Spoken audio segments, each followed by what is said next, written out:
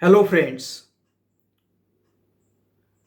the title of the video is Crude Oil Policy. Western Asia and Russia are the major exporter of the crude oil. The prices of crude oil are dictated by the OPEC organization. This OPEC had raised the prices of crude oil in 1973 in the event of Yom Kippur War. So, USA and Western European countries underwent to the phase of stagflation.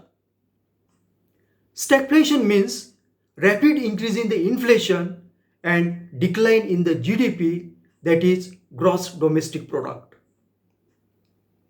So, it is observed that any political instability in the Western Asia would suddenly change the prices of crude oil. Drastic change in the prices of crude oil were adversely affecting the global economy. So, USA had taken a lesson from it. It had developed its crude oil policy. Then, USA started to purchase crude oil when the prices of crude oil were low in the international market. To store that excess crude oil, which was purchased when oil prices were very low, USA had built the bunker in the Alaska region. Here, USA used to store the crude oil when prices of oil were very low. This prevented the USA from the oil shock. As supply of oil is stabilized, USA easily managed the inflation in their economy. Similarly, China also purchased excess crude oil when the prices are low in the international market.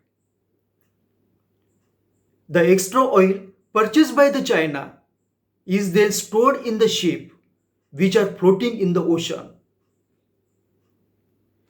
Thus, China also manages the supply of crude oil in their domestic economy. On the other hand, India do not have any crude oil policy. India cannot purchase extra crude oil when oil prices are low in the international market, as we don't have the capability to store excess crude oil.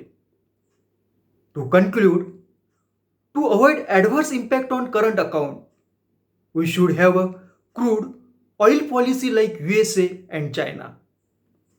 Thank you for watching my video.